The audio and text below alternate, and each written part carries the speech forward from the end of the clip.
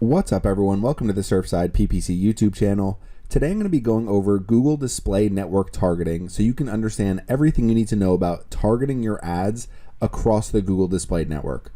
So if you're not familiar with the Google Display Network, it is made up of over 35 million websites and apps, and your ads are going to run on Google-owned properties such as YouTube and Gmail as well.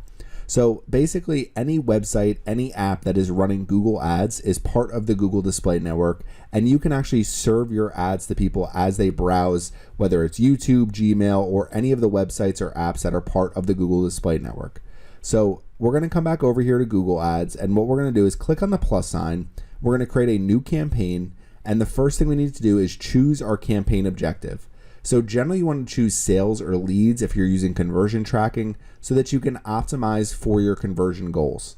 So for me, I'm going to be optimizing for my purchase conversion goal on my website, and we're going to remove these other options here because I'm not going to be optimizing for them for this campaign. So you can see here I have purchases. We're going to click on continue. The next step is to select a campaign type. So in this case, we're going to choose display. And what we're going to do is choose a standard display campaign. So with a standard display campaign, you have optimized targeting. So you get the same exact benefits of a smart display campaign. So I always choose standard display campaign here. Next is going to be entering your business website. So I always enter my website in this step when I'm creating display campaigns because it can help with your targeting. And then campaign name, I'll just leave it as is. So we're going to click on continue. Now the next thing we need to do is choose our campaign settings, and in this case I just want to show you the page that I'm going to be advertising because it'll help as we choose our targeting. So I'm going to be advertising this page, 52 beautiful farmhouse decorations. If we scroll down, there's a bunch of different products for sale, some different decorating ideas. So ultimately my goal is to drive people to this page. I need to update this number here, but ultimately my goal is to drive people to this page so that they can purchase something from my website. So we're going to come back over here and let's go over targeting. So to get started, the first thing is location targeting. So you obviously want to target the locations where your customers are and the areas you actually serve. So what you can do here is choose all countries and territories, United States and Canada, United States, or if we click on enter another location, we can choose any location here. So let's just go to advanced search and let's just say, for example, we want to target, and we'll stick to United States for a lot of these examples here since that's where I'm located. Let's just say you want to target Louisiana. So what you could do here is just enter Louisiana, the state, and target it. Otherwise, you can see right here they have Louisville, Kentucky comes up because that's all I entered, and it's going to be the Nielsen DMA region. So if you decide, you know what, I just want to target New Orleans, you can choose that here. And when you enter New Orleans, you can target the city. So if we click on target for the city, you're going to see it's not the largest area, so just a small portion here. So what you can do if you're looking to target a larger area is target the Nielsen DMA region and click on target. You're going to see it's much larger here. So basically this is targeting an entire metro area. Otherwise, what you can do is choose individual cities, individual states. You can target counties. Generally for me, when I'm running advertisements, I will just do United States and Canada since that's who usually purchases from my website the most. So coming down, next is going to be language targeting, and what you want to do is select the languages your customers speak. So you can see here it's saying based on my targeted locations, I may want to add French to my targeting as well. In this case, I'm just going to choose English as my language targeting because that is the primary language that my customers speak. Now, if you come over here, you can choose from any of these languages here, and it really depends on who you're targeting and what you're promoting. So that's location and language targeting, pretty simple there. So if we click on next down here at the bottom, so next is budget and bidding. So let's just set a $10 budget, for example, and we'll be bidding for conversions. We can set a target CPA. They're recommending $3.80. So we'll say, let's up this a little bit to $15 so we could drive a few more conversions every day. So right now our bidding strategy would be conversions, and we want to get conversions by automatically maximizing conversions, and we're paying for clicks. So we can click on next here. I've went over bidding strategies in a previous video, and I went over budgeting in a previous video as well. I will link them in the video description for this video. So if you want more information about either of those topics, I do have that as a recent video on my channel. So we'll click on next here and let's get into targeting. So first things first, you're going to see optimized targeting is set up for you. So optimized targeting allows us to drive more conversions by using information such as our landing page and our assets. You can opt out or speed up optimization by adding targeting first. So basically what you can do is use optimized targeting. It's going to give us 10 billion plus available impressions, and we can click on next and just start creating our advertisements. Now that's not what I'm going to do. We're going to get back over here to targeting, but that is an option you have if you're just looking for a large audience and you want to allow Google Ads to try to find the best audience for your advertisements based on your landing page and based on your advertisements. Now what we're going to do is click on add targeting so we can go through all of these different options here. Now first things first, if we click on audience segments here, it's going to say suggest who should see your ads. So when we're targeting audience segments, that's targeting people. You're not targeting specific websites. You're not targeting specific topics or keywords that appear on websites. You're targeting actual people and their interests. Now, if we come over here to browse, there are some different options here. So you have who they are, so detailed demographics. You have what their interests and habits are. These are considered affinity audiences. What they are actively researching or planning. These are in-market and life event audiences. How they have interacted with your business. So these are going to be people who have either watched one of your videos on YouTube, people who have visited your website, somebody who has interacted with your mobile app. All of these are different ways that you can actually retarget people across the Google Display Network. And then you can combine audience segments and you can create custom audience segments as well. So let's start at the very top and do detailed demographics. So these are pretty simple to understand. So parental status, you can target parents of infants, parents of toddlers, parents of preschoolers. I'm not going to go through every single targeting option here because there are literally thousands of options, but you can see here you can target people based on their parental status, based on their marital status, their overall education, and their home ownership status. So that's detailed demographics. So a pretty quick and easy example, if you're targeting parents of infants 0 to 1 years old, that's a perfect option for people who are looking to buy diapers if you want to get your diaper brand out there. So just one option when you have with detailed demographics. Now next is going to be what their interests and habits are, so affinity audiences. So these, for example, if we go to home and garden, do-it-yourselfers, home decor enthusiasts, if we go to food and dining, coffee shop regulars, fast food cravers. So just for example, fast food cravers are going to be people who seek out fast food and other quick and inexpensive dining options. So for affinity segments, it's not what people are actively looking up. It's basically one of their interests. So you're targeting people based on their overall interests. So for example, I'm a fan of professional baseball. So if we scroll down here and we look at sports and fitness and we click on the drop down, you can see sports fans. We click on the drop down again and you can see baseball fans here. So this would target people who follow or enjoy playing baseball.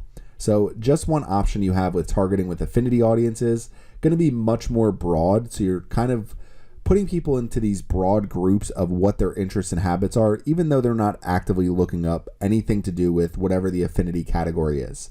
I might be someone who's a baseball fan based on my previous browsing history, some of the websites I visit, some of the things that I look up. However, currently, it might be something that I'm not interested in at all or something I'm not paying attention to at all. So you're really trying to reach people based on a broad interest. Now, next is going to be in-market and life events. So in-market means someone is in the market to purchase something. So if we click over and we look at in-market segments, we can see here under autos and vehicles, we'll click on the drop down, auto parts and accessories. You can see car batteries. So if I choose that, that means someone is actively interested in purchasing a car battery. So if you're selling car batteries, if you have a huge selection, that's one option you have when you're trying to target one of these in-market segments here. Now we'll bring this up again. You can see there's a ton of different in-market segments here. So basically anything you can possibly think that people are looking up to purchase, you can find here. So people who are looking to travel, people who are looking for specific software, people who are looking to buy real estate. So all of these are going to be in market segments, and it's people who have shown through their browsing history that they are actively looking up some of these different products or services or whatever it is. So with in-market segments, that's one of the great ways to reach people as they are actually interested in purchasing something. Next is life events. This can also be a great way to target somebody. So for example, I can say somebody who is moving and somebody who is moving soon, and I can target them with an advertisement for maybe I'm a mover and I want to find everybody within a certain area who is moving soon and offer my services and say that people could take the headache out of moving by choosing my moving company, and let's just say it's not expensive. So you can start to sell your services to people who are actively researching or planning something. Now, one thing to keep in mind is if we come over here to search, so at any time you can come here to search and I can just say, you know what, I want to target people who are looking for home decor, and we click on enter. It's going to pull up the categories and the different audiences that are going to be the best for whatever we search here. And you can see by searching home decor, I get the in-market segment for home decor, for living room. So that's people who are actively looking up living room furniture and decorations. So all of these different things are different categories that I could actually start to target. Now, the other thing is it's going to start with in-market segments at the top, and then you can see what their interests and habits are. So some affinity segments here: home and garden, do-it-yourselfers, home decor enthusiasts. So we'll lift that up. Some custom audience segments. So you can actually create your own audience segments, which I'll go through in a little bit. So I could target any of these here, who they are, so detailed demographics. So that's another option you have. How they have interacted with your business. So all of these are similar segments, which I'll go through in a minute. And then it gets down to some of my website visitor audiences. So some of my different remarketing audiences that I'm targeting.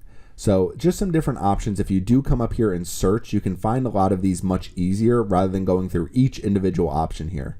But we'll go through more here and come back to browse. So we'll come back one more time. So in-market and life events, definitely better if you're trying to drive conversions than affinity. I've never seen a ton of success with just targeting affinity and detailed demographics because they're generally too broad. So you really want to target people who are actively looking up something so that you can get them to hopefully purchase from you. Now, next is how they have interacted with your business. So with this, you're seeing your data and similar segments. So if we click on the right on the arrow here, similar segments are built based on all the remarketing lists that I've created. So if we come down here, you're going to see website visitors. So all of these are because I have linked my Google Analytics account to my Google Ads account, and I've created remarketing audiences. So I will go through exactly how to do that in a separate video, but you can see here I have all users to my website over the last 540 days. So this is anywhere from 49,000 to 160,000 people who are browsing the Google Display Network. And as you can see as we scroll down here, so I have bedding, curtains, farmhouse sinks, new visitors over the last 30 days, returning users, and a smart list. So I'll go through remarketing in a follow-up video. But when you do create these audiences as well, I can actually retarget people who have visited my website. You can do the same thing with YouTube. So if somebody watches one of your YouTube videos, and then what happens is you're going to get similar segments. So you saw all my website visitor lists. And then if we come over to similar segments, I can say, okay, anyone similar to all users over the last 540 days. So this list is 47,000 to 400,000. And basically what Google Ads is doing is saying, okay, we're going to take the average interests, the demographics, the location for everybody in the 540-day audience, and we're going to create a similar audience that you can target that's going to be highly relevant. So people who haven't visited my website yet, but are very similar to people who have visited my website. So they should be more likely to convert just based on their interests and what they are looking up. So if we're looking here and we're looking at some of these different audiences, especially these top 4, generally if you start from the bottom and move your way up, these are going to be your best audiences here at the bottom. Up at the top, detailed demographics and affinity audiences are going to be much more broad. So if you're looking for that broad audience to target with your overall brand message or some type of promotion, think of these as more of a television commercial, whereas the ones as you get further down are going to be more, you want people to respond to these ads and hopefully convert. So that's the way that I've always looked at some of these different audiences here. And what we can do is, let's just say we choose an in-market segment and we'll come down to home and garden and we'll choose home decor. So what you can see is we click on this in-market segment for home decor, our impressions was 10 billion plus. So we've lost 10 billion plus impressions since the last update, but we still have a huge audience that we can target here. So if we click on done, we have one audience that we've targeted at this point. Now, what I want to go through really quickly is if we come back here, you can see combined audience segments and custom audience segments. So if we click on these custom audience segments, you can see I have 4 different audiences here. And I've basically ranked them. I have 1, 2, 3, and 4. So 1 is the most narrow audience, 4 is the most broad audience, and the other ones fall in between. Now let's just say I want to come down here and create a new custom segment. So you want to name your segment. So we'll just do example here. And then you basically get 2 options. People with any of these interests or purchase intentions, and you want to add interests and purchase intentions here. So for example, I could say people who are interested in, and you can see based on my past conversion performance, the ones that they give me here. So I can click on all of these people who are looking for primitive farmhouse decor, country farmhouse wall decor. I could just enter farmhouse decor here. I can enter specific products. I could say farmhouse bedding. So you're looking at people who are interested in purchasing whatever keyword you enter. So if I'm selling golf clubs, I can enter golf clubs here. If I'm selling travel packages, I can enter something here like beach travel, beach vacation packages. So basically what you're trying to do is reach people who have specific purchase intentions based on whatever keywords you're entering. So that's the first option you have here. The other thing you can do is people who searched for any Google search terms. So I can say, okay, anybody who's looked up farmhouse decor, we'll just enter the same examples here. So this is a little bit different because people have actually went to Google and used terms like this or very similar to this. And what you're going to see here is just entering these 2 terms here, my weekly impressions are 10 billion to 1 trillion. So it's a huge, huge audience. So you can create these custom segments and you can also combine segments as well. So I have 4 different options here. Now, one thing to keep in mind, if I'm targeting the home decor in-market segment, if I come over here and I enter, let's just say this narrow audience, and I want to make sure people in this narrow audience see my ads, and I click on this, you can see there's 10 billion impressions. This didn't change. So let's click on the next one, and there's 10 billion plus impressions still, and you'll see again, this didn't change. So if we remove this in-market audience here, and we just have my custom audience segment, my impressions go all the way down to 89 million.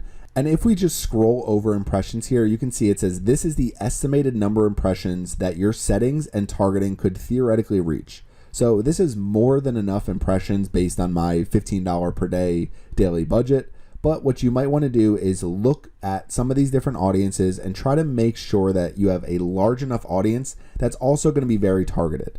So let's just say I keep these 2 custom audience segments for right now. We click on done and we scroll down. Now, one thing you can do is not use optimized targeting. I would recommend using optimized targeting because basically what Google is going to try to do is find people beyond your targeting signals. So Google is going to use my audience segments, but if they find other people outside of my audience segments that they think are likely to convert, then optimized targeting will allow Google to show my ads to those people. So I would recommend keeping optimized targeting on. If you're trying to drive conversions, Google Ads will use all the data they have about your business to drive more conversions. So coming down here to other targeting options. So demographics, pretty obvious here. You can target by gender, age, parental status, and household income. So for example, if I say my customer is generally a female, age 25 to 64, and they're a parent, which isn't exactly the case, but let's just say I want to do that. You could see it went from 89 million to 25 million. So if you're using demographics, you can make sure you're targeting people who are going to be the most likely to purchase from you. In this case, I'm going to keep mine wide open. So we'll just keep this all completely wide open and leave it at the 89 million impressions here. But you can target specific demographics as well, because if you know somebody is going to be more likely to convert and you know somebody looks more like your target customer, whether it's male, female, specific age, or specific parental status, then that's what you want to enter here. Okay, so you can see I don't have any demographics that I'm targeting. And one thing you're going to see here is suggest people based on age, gender, and parental status. So when you have optimized targeting on, it's going to say suggest. When you turn it off, it's going to say reach. So just a little difference there. So I would recommend using optimized targeting. You can see my impressions go way up with it on versus with it off. So we have optimized targeting there, more clicks, more conversions based on my daily budget and my target CPA bid of $3.80. Now, if we click on add targeting again, 3 different things here. So keywords, topics, and placements are going to be to target specific websites, apps, or videos. So if I choose keywords, for example, what I can do is enter a huge list of keywords here, And what Google Ads is going to do is trying to find relevant websites based on the keywords that I enter. So if I enter keywords like farmhouse decor, farmhouse furniture, basically what Google Ads is going to do is try to find websites that these keywords are relevant to. So for example, my website farmhousegoals.com, obviously these keywords would be very relevant to it. But if I was targeting keywords, for example, like auto parts and floor jacks and things like that, then it's not likely to show at all on farmhousegoals.com. Now keep in mind, keyword targeting is going to be completely contextual. So Google Ads is using keywords on the page, keywords that these websites actually target to target your advertisements. So it's not going to be perfect by any stretch. So if you do enter sports and things like that, you might find your ads going onto websites that don't seem related to sports at all. So don't consider this a perfect option if you are targeting keywords. The other thing to keep in mind, if you're suggesting these terms related to my products and services to get onto relevant websites, as you enter keywords here, so we'll do farmhouse decor again, we'll do farmhouse bedding, so the same examples we do, you can see my impressions drop way down. So as you enter more and more targeting, your overall impression forecast is going to go down. So basically the number of impressions that your targeting could theoretically reach is going to drop every time you add another layer of targeting, whether it's demographics, whether it's specific keywords. Now, if you are targeting audience segments, it's going to target every single audience segment you enter. So if you come in here to targeted segments and you add an affinity audience and then you add one of these narrow custom intent audiences like I did, what it's going to do is probably mostly target that affinity audience because it's combining both of them.